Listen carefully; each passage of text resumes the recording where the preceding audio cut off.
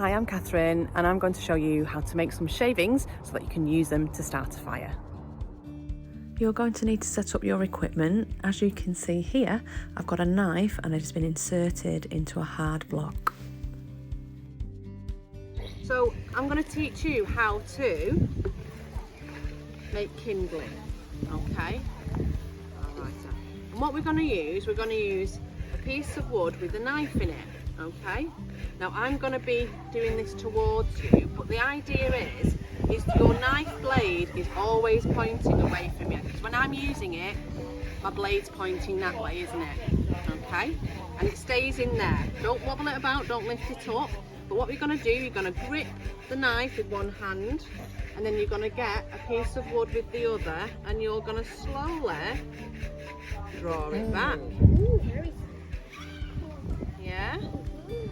So you're going to get your kindling, or your shavings to be precise, as we do this. Okay? And then we just, with the wood, tip them on the sheet, and then we can collect them up safely. Okay? So it's very hard to hold a knife, or to hold a stick and hold a knife to go down it. This is easy. So you're all going to have a go. We're going to do it in threes so that we're all nice and safe. So this block will be turned around so all the knives are pointing in. Okay?